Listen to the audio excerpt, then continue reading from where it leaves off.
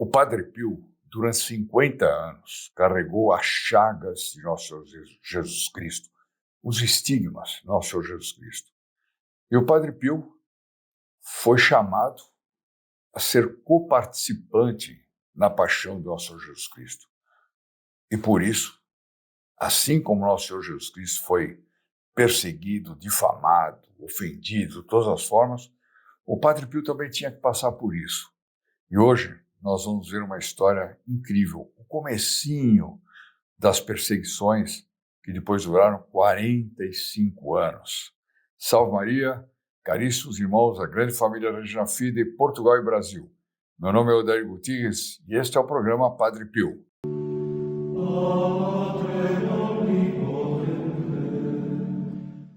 Antes de mais nada, lembrando vocês que nós estamos distribuindo, não é que continuamos, eu espero que a gente continue por um bom tempo distribuindo o escudo do Sagrado Coração de Jesus, conhecido como o Detente. O escudo do Sagrado Coração de Jesus, já contei no vídeo de ontem algumas coisas impressionantes. Nosso Senhor apareceu, o Sagrado Coração de Jesus apareceu a Santa Margarida Maria e disse, e pediu que confeccionasse esse escudo, né, para as pessoas portarem esse escudo para sua proteção, né? Então, o escudo é de algodão, etc. Ele diz, tem que ser nesse modelo. E o Papa Pio IX abençoou todos os escudos que fossem feitos segundo aquele modelo. É esse que nós estamos distribuindo gratuitamente, você telefonando para os números que aparecem abaixo. Atenção, meus irmãos portugueses, estou aqui em Portugal, uma calma tarde. Aliás, Portugal é bem mais calmo que o Brasil, de longe, longe, longe. E peçam também, tem aí o telefone, peçam o escudo, se é que vocês já não têm, tá bom?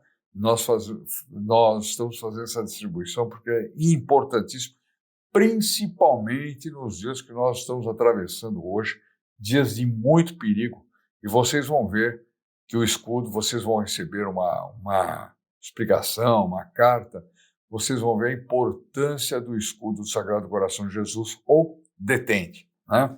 Bom, lembrando que dia 23,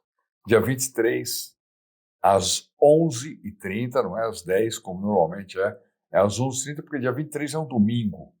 Então, dia 23 de julho, nós temos a missa do Padre Pio. Como todo dia 23 de cada mês, nós temos a missa do Padre Pio, só que ela será rezada às 11h30 na Venerável Ordem Terceira do Carmo, que os que estão de São Paulo podem aproveitar para cumprir o preceito, assistindo a essa missa maravilhosa do Padre Pio, segundo o rito que o próprio Padre Pio rezava. Olha que impressionante. Vocês vão ficar impressionados com essa missa. Tenho certeza, não esqueçam, anotem na agenda. Vamos lá. E todos os que colocarem comentário nesse vídeo vão ter seus nomes incluídos na missa de amanhã, quinta-feira, e vão ter seus nomes incluídos também nessa missa do domingo, da segunda-feira. Todos que colocarem comentários, coloquem comentários, nomes de pessoas que precisam de orações, etc. Não deixem de comentar. Não deixem também de dar seu like, pedindo uma bênção do Padre Pio, para que nós possamos expandir o nosso canal. Bom, a campanha do Devocionário dos Santos Anjos continua e a situação, eu tenho alguns dias apenas, eu tenho até sábado para tomar a decisão se nós vamos poder fazer 20 mil desses... coloquei ao contrário? Não, está certo. 20 mil desses devocionários invocando os santos anjos. De maneira que, se você ainda não colaborou, entra aqui no link aqui embaixo de colaboração, mesmo que você não vá colaborar, veja quanto falta para nós chegarmos. Olha a decisão que eu vou ter que tomar até sábado, na pior das hipóteses, hein? Seria até amanhã, mas acho que se eu tomar essa decisão até sábado, a gente consegue. Eu preciso muito da ajuda de vocês para atingir essa quantidade, para que eu possa colocar a distribuição para todo mundo, para quem quiser, etc. Essa é uma das devoções mais importantes e mais recomendadas do Santo Padre Pio, que são os seus anjos. Eu peço aí para o seu anjo da guarda, dá um empurrãozinho para que você fale, puxa, eu vou ajudar essa campanha, eu quero receber bênçãos e graças do Padre Pio por ter ajudado essa campanha, tá bom? Então, não deixe de fazer isso. Bom, Apenas lembrando que você, acionando o sininho, inscrevendo-se no canal, acionando o sininho, você entra automaticamente na missa de amanhã e na de domingo, seu nome, suas intenções. E as pessoas com quem você compartilhar também. E vale a pena compartilhar essa história para que a gente saiba quem foi Padre Pio, o tamanho, a grandeza da vocação do Padre Pio. E aí todos vão ficar com vontade de ir a São Giovanni Rotondo e aí podem procurar a ATM, a Dona Roseli, porque no dia 3 de abril do ano que vem já está programada uma caravana para lá. Você pode se incluir nessa ou numa outra, desde que você diga sempre que é da Regina Fidei. Né? Você pode fazer outras peregrinações pela Europa, eles são especialistas nisso, mas você diga que é da Regina Fidei para você ter condições especiais, tá bom? Bom, vamos à nossa história. Seriam falsos os estigmas do Padre Pio? Esse é o problema. Quando os estigmas apareceram, e aí? O que era? Vamos ver esse texto do Renzo Alegre, no livro Padre Pio, um Santo Entre Nós. Ele vai contar uma coisa impressionante. Ele diz: os estigmas do corpo do Padre Pio eram verdadeiras feridas. Elas sangravam. Tanto que ele tinha que trocar aquelas luvas todos os dias, porque elas ficavam encharcadas de sangue, né? Encharcadas de sangue. E o Padre Pio não tinha só os estigmas nas mãos, tinha os estigmas nos pés, tinha os estigmas do lado esquerdo, todos os estigmas no nosso joelho. Ele tinha também as dores da coroa de espinhos, e ele tinha também os estigmas do ombro de que Nosso Senhor carregou a cruz, né? Tanto que eu tenho lá em São Paulo, quando eu faço gravação lá de São Paulo, eu tenho uma relíquia do Santo Padre Pio com o sangue que ficou na camisa dele, desse estigma, né? Bom, mas o grande problema é, isso aí é verdadeiro, é falso, é alguma, sei lá, vamos ver. Os superiores do Padre Pio, passado o primeiro impacto emotivo, imagina, aliás, compreensível, fizeram a si próprios várias interrogações do tipo prático. Qual seria a natureza das tais feridas? Que origem teriam? Entre o povo, muitos consideravam isso como um sinal sobrenatural. Seria possível ser um sinal sobrenatural? Imagina, hoje nós conhecemos o Padre Pio, sabemos que ele foi canonizado, etc., mas na época, aparecerem estigmas, né? Num padre jovem, porque ele tinha 30 e poucos anos, né? 30 anos, eu creio, que apareceram os estigmas. Ele já tinha os estigmas de forma invisível. De repente, explode nas mãos dele. Sangue nos pés, no lado esquerdo, né? E o problema se punha para os superiores. Será? O que será isso? Pode ser também alguma loucura, pode não ser verdadeiro e pode ser coisa do demônio. Também tinha isso.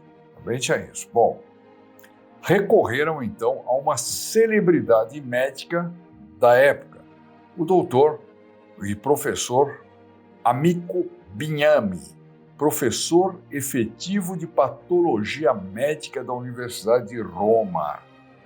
Patologia médica. Então, pegaram um patologista, vamos levar lá, vamos ver se esse homem produz estigmas, isso é uma doença que ele tem, o que é isso aí?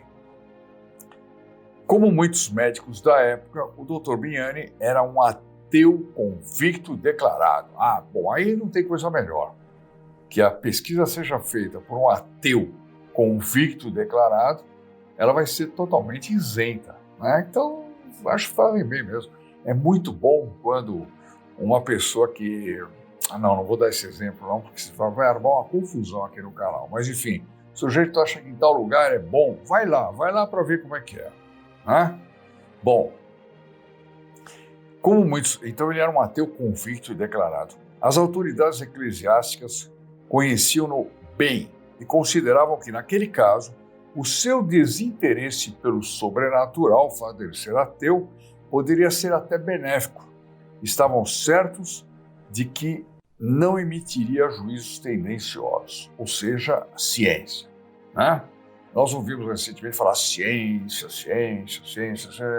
Bom, então, a igreja prudencialmente Falou, vamos mandar um cientista.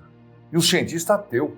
Ele não vai ficar influenciado, chegar e falar, meu Deus, se ajoelhar. Não, pelo contrário, ele olhar a coisa de uma forma muito chega para lá, etc. Como é que é? São verdadeiros, não é fruto de alguma fraude, né? O professor Bignani declarou-se lisonjeado pela confiança recebida do Vaticano. O Vaticano que mandou ele lá. No entanto, considerava que tal tarefa não seria útil. Olha que barbaridade. Não seria útil para sua própria imagem. Mas ele aceitou, colocando como condição que nunca fosse citado seu nome. Olha que impressionante. Eu vou lá, olha, mas não quero nem saber, porque ele tinha vergonha de admitir milagres, admitir a existência de Deus, admitir que esse mundo não é só o que nós vemos, não é só o que nos rodeia, né? Mas existe um outro mundo, e é para lá que nós queremos ir, é para lá que nós queremos ir. Dirigiu-se então, o Dr. Bignani, a San Giovanni Rotondo no dia 26 de julho de 1919. E a sua visita prolongou-se por uma semana. Por uma semana, esse homem investigou o Padre Pio, investigou os estigmas do Padre Pio. Uma semana. De regresso a Roma, escreveu o seu relatório. Agora nós vamos ver aqui o relatório desse homem para a gente ver o que é que ele... Como é que um ateu, um cientista, constatou o que ele viu, né?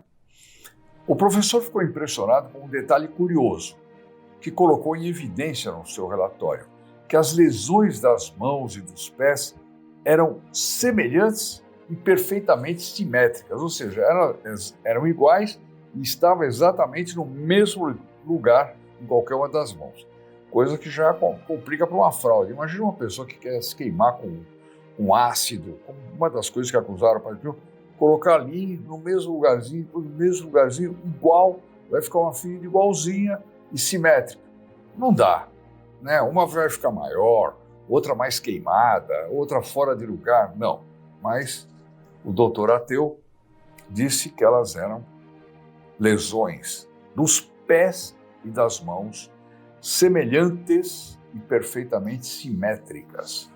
Também foram muito importantes as anotações tipo crônica, por assim dizer, e as considerações de conjunto sobre a situação, o sujeito. Entretanto, quando começa a analisar tudo o que tinha visto e constatado, exprime-se segundo as próprias convicções de ateu. E assim, nem sequer pensa em tomar em consideração pontos de vista que não sejam de origem materialístico ateia. Assim são os ateus. Podem ser cientistas. Eles constatam, mas dizem, não é verdade, não creio. E quanto isso custa para eles? Então ele, apesar de tudo ter ficado uma semana, olha o relatório dele. Em seu relatório ele conclui: sobre a natureza das lesões descritas, podemos afirmar que representam um produto patológico, sobre cuja gênese são possíveis as seguintes hipóteses: que tenham sido determinadas artificial e voluntariamente, ou seja, o Padre Pio voluntariamente produziu os estigmas nos pés, nas mãos, no ombro, do lado esquerdo, voluntariamente. Bom, primeira hipótese que ele dá: que sejam manifestação de um estado doentio. Um estado doentio que durou 50 anos. Imagina alguém se cutucando, furando, sangrando durante 50 anos. Né? Quer dizer, todas as hipóteses dele são hipóteses que descartam o papel, o lado sobrenatural dos estigmas. E ele diz, a terceira hipótese, que sejam parcialmente produto de um estado doentio e parcialmente artificiais. Bom, se são parcialmente artificiais, qual é o ré? O que é que sobra do que não é parcialmente? Né? Continua ele. Não creio que se possa admitir, sem mais nem menos, e, sobretudo, na ausência de provas diretas, a primeira hipótese. Ou seja, não creio que se possa admitir que tenham sido determinadas artificial e voluntariamente. A segunda hipótese, ou seja, manifestação do estado doentio, já é mais fidedigna, pelo menos em parte. Olha como é tendencioso o relatório. Quer dizer, não tem nada aqui que é garantido. Em parte pode ser isso. Então, com efeito, é conhecida dos patologistas a chamada necrose neurótica múltipla da cutis, de que já muitos se ocuparam. Atenção, você que é médico, coloca aí no nosso comentário. O que é isso aqui, hein? Necrose neurótica múltipla, um nome pomposo para não aceitar o milagre, não aceitar o carisma, não aceitar o dom, não aceitar o sobrenatural. Não, é uma necrose neurótica múltipla da cutis, de que muitos médicos já se ocuparam. Ora, continua o relatório, as alterações detectadas nas mãos do Padre Pio, deixa eu virar para cá, sempre esqueço. Ora, as alterações detectadas nas mãos do Padre Pio são apenas o resultado de uma necrose da epiderme, quer dizer, a pele dele foi necrosando, foi ficando podre, em vida, e vai durar 50 anos. Né? Uma necrose... perdi. Resultado. São apenas resultado de uma necrose da epiderme e talvez das camadas exteriores da derme, podendo aproximar-se das necroses neuróticas supracitadas. Palavreado científico maravilhoso. Eu não sou contra a ciência não, mas eu sou contra o ateísmo, o não querer ver a realidade. Né? Contudo, continua o relatório, isso não pode explicar a localização perfeitamente simétrica das lesões descritas e a sua persistência sem alterações. Ou seja, não dá para explicar que elas sejam iguais, estejam na mesma posição e que, como é que é outra coisa? E que sejam persistentes, sem alterações. É inexplicável. Mas pode ser uma necrose epidérmica, sei lá o que, esse nome fenomenal que ele arrumou aí. Tais fatos, no entanto, podem, em minha opinião, encontrar uma possível interpretação na terceira hipótese. Né? Deixa eu ver aqui, a terceira hipótese dele qual que era? Terceira hipótese era... onde é que está? Manifestação do estado doentio ou que sejam parcialmente produtos de um estado doentio e parcialmente artificiais. Eu não vejo bem no que isso muda alguma coisa, mas em todo caso, cientista falando. Com efeito, podemos pensar que as lesões descritas tenham começado como um produto patológico e depois tenham sido completadas na sua simetria e mantidas artificialmente. Quer dizer, o Padre Pio se automutilava e depois ele foi ajustando, acertando a simetria e mantendo, colocando todo dia um produto, um ácido, sei lá o que. É fantástico.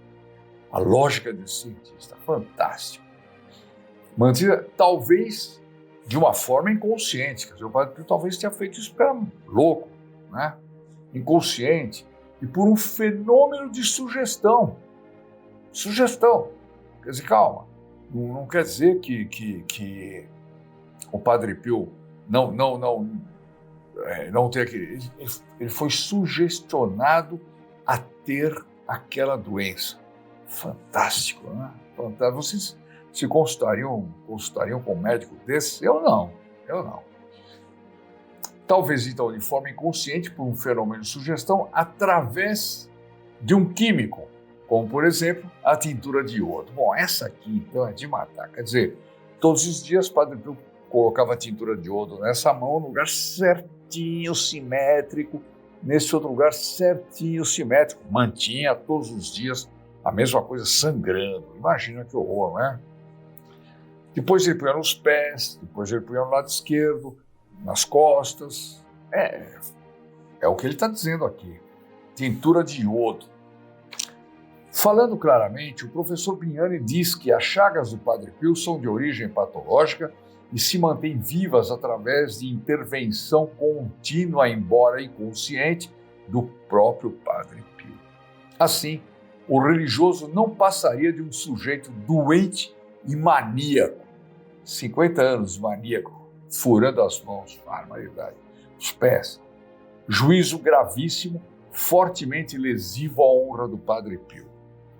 As deduções do professor Bignani eram completamente subjetivas, derivadas da própria formação ideológica. Quem tem uma formação desse tipo, às vezes, pessoas que caem no erro de forma ideológica, etc., não adianta. Pode explicar, falar, etc., a pessoa não entende. É mais ou menos como o protestante diz, vocês católicos cultuam imagens, né? Vocês cultuam imagens, então, não, vocês adoram imagens, só se pode adorar Deus. Aí a gente explica. Não adianta, né? A menos que entre uma graça, né? E uma graça pode entrar, evidentemente. Bom, mas precisa entrar uma graça. As deduções do professor... já li. Para demonstrar o valor de seu diagnóstico, o professor, antes de abandonar San Giovanni Rotondo, receitou um tratamento, segundo ele, em um segundo momento, levaria à cicatrização e depois à cura das feridas. Então, ele falou, agora vamos fazer um tratamento no Padre Pio, nós vamos resolver esse problema, essa questão patológica. Então, ele recomendou, vamos ver a receita dele, o que ele fez, qual foi a receita dele, olha. Então, ele diz, ordenou que aquelas feridas fossem enfaixadas diariamente com gases limpas. Gás limpa, então sempre limpa, para não ter contaminação, tal, etc. Bom, mas que tal operação fosse realizada por 3 religiosos de confiança e com a supervisão do guardião, do superior do convento. Ou seja, vamos desmascarar essa fraude, né? Vamos desmascarar essa fraude de uma vez. Bom, depois de terem enfaixado as feridas, deveriam selar os curativos, quer dizer, fez o curativo, enfaixou, etc., colocar um selo, tá certo? Deviam selar o curativo, de modo que ninguém pudesse retirá-las, certo? Retirá-los, devia ser os curativos, a não ser eles próprios no dia seguinte. Então, no dia seguinte, esses 3 padres, 3 monges, da confiança do guardião e o guardião iam trocar essas feridas e fazer novamente, enfaixar, colocar um selo, etc. Bom, imagina Padre Pio, né? Situação de humilhação, uma coisa assim tremenda. Bom, é evidente que o professor achava que as chagas se mantinham vivas e sangrando graças à intervenção cotidiana do Padre Pio. No fundo, ele disse isso. Vamos enfaixar para que esse homem pare de se machucar, se mutilar. Incrível, né? Incrível. A gente vê que hoje em dia se fala muito de pessoas de automutilação. A pessoa não vive muito, não. Se ela fizer 2 furos na mão, sangrar 50 anos, não dá para viver muito, não, né? Bom,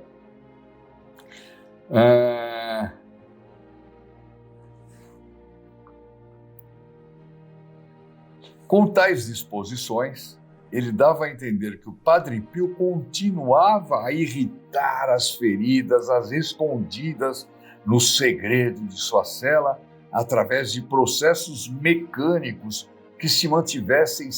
para que se mantivessem sempre vivas e sangrando. É impressionante a imaginação desse cientista, né? Cientista. Se conseguisse, porém, impedir a irritação durante pelo menos uma semana, as chagas acabariam por cicatrizar. Quer dizer, se uma semana continuar mantendo isso aí fechado, daí a necessidade de selar os curativos para impedir que o Padre Pio os tirasse. Que trataram o Padre Pio como se fosse um bandido, como é que se diz aí, um vigarista qualquer, entendeu? Uma coisa louca, né? Bom, as indicações do professor Bignani foram seguidas à risca. 7 dias fazendo os curativos, colocando gase nova, enfaixando, selando. Agora, nós estamos falando aqui do professor, dos que faziam isso, dos monges, e o Padre Pio? Imagine a humilhação do Padre Pio nesse momento, todos os dias tendo que se apresentar, trocar, etc. Impressionante. Com um grande sofrimento e extremo mal-estar psicológico do Padre Pio, que não só sentia uma pobre cobaia, que é o que estavam fazendo com ele, mas abertamente suspeito de ser um vulgar vigarista. De fato, o calvário do Padre Pio estava apenas começando. Só Deus sabia os sofrimentos que aguardavam. Isso durou 50 anos. Nem preciso contar o resultado, qual foi, né? O Renzo Alegre aqui não me conta, mas é evidente. Depois o Padre Pio ficou 50 anos com essas... Não deu certo, essa história toda, etc., de enfaixar, sei lá. Não deu certo, continuava sangrando, todas as feridas do Padre Pio. E, mais incrível ainda, sangrando com perfume. Perfume de sangue? Não, perfume de flores.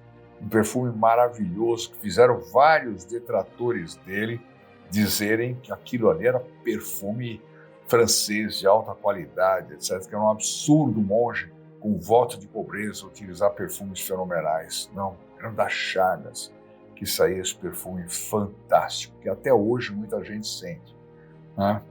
Ele tinha sido associado à paixão e agora devia beber o cálice até a última gota. No julgamento na casa de Anás, nosso Senhor Jesus Cristo foi acusado de blasfemador e diante de Herodes foi tido como louco, patologia. E o mesmo se repetia agora com o santo Padre Pio. Esse foi o começo da história que vai levar 45 anos de perseguições com muito sangue, muitos milagres e com outros fenômenos que vão aparecer ao longo da história do Padre Pio, como a febre de 50 graus, e teve médico que disse, olha, tecnicamente esse homem está morto, porque com essa temperatura, com esse sangramento, desse jeito, trabalhando como ele trabalhava, 16 horas de confessionário, 14 ou 16 horas de confessionário, ainda tinha tempo de ir lá furar as mãos, tenha paciência, né? Então, essa é a história que vocês vão conhecer, vocês já devem ter visto muita coisa no nosso canal, nós temos mais de 3.000 vídeos, por isso que eu recomendo que você que está entrando hoje pela primeira vez se inscreva, porque tem muita coisa fantástica. Se você gostou dessa história, dê um like, mas assista também um vídeo que eu estou recomendando aqui na descrição, chamado Por que Padre Pio foi brutalmente perseguido? E aí nós vamos começar a entender bem a vida dos santos.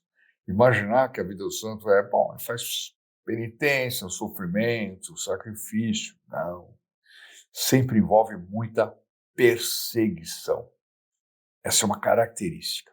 Perseguição. Tá aí, pessoal. Não esqueçam que nós estamos distribuindo gratuitamente o Detente, o escudo do Sagrado Coração de Jesus. Liga logo para cá, peça o seu e vai ser enviado por correio. Não adianta pedir nos comentários, porque pelos comentários nós não temos condições de enviar, tá bom? Então, muita gente insiste, olha, eu quero. Não, se você não ligar, não der o seu CEP, endereço, para que a gente possa enviar isso pelo correio, não é possível, tá bom? Então, entendam quando eu peço para não fazerem os pedidos aqui pelos comentários. Mas pelos comentários vocês podem pôr tudo. Os médicos podem falar a respeito da opinião deles, os ateus podem falar, os sacerdotes podem falar e me corrigir se eu falei alguma coisa errada, como eu gosto de ser corrigido, para a gente sempre se manter fiel à santa doutrina católica. Bom, então não deixe de pedir o Detente. E outra coisa, não esqueça, olha, eu tenho até sábado, gente, para tomar essa decisão. Eu tenho até sábado. Não é brincadeira, não. Eu conto com vocês porque vai ser de muito agrado do Padre Pio. Não só nós podemos fazer essa campanha, como você ter ajudado. Vai ajudar muito o Padre Pio. Ele vai ser muito grato a você. Então, se você pode, não deixe de fazer, tá bom? A única coisa que eu posso dizer para vocês é isso. E vamos nos despedindo, rezando a Ave Maria por todos, cada um, rezando uma Ave Maria por essa campanha que precisa sair de qualquer maneira. Eu preciso que alguém se sinta inspirado e faça uma ajuda importante. Entra aqui no link aí da campanha para vocês verem como ainda falta a gente chegar lá, né? Eu vou ter que tomar uma decisão sábado. Na segunda-feira, eu transmito a vocês qual foi a nossa decisão, junto com a diretoria da Regina Fide, tá bom? Vamos ver. Peçamos ao Padre Pio que nos ajude a encontrar meios de fazer essa campanha.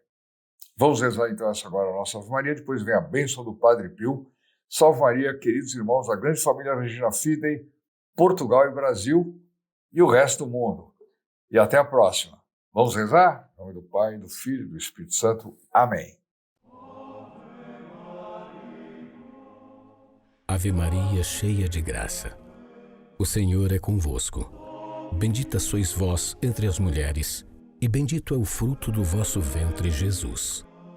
Santa Maria, Mãe de Deus, rogai por nós, pecadores, agora e na hora da nossa morte.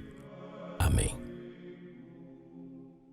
Em nome do Padre, do Filho e do Espírito Santo, così sia. Se lodato Gesù e Maria, e buona giornata.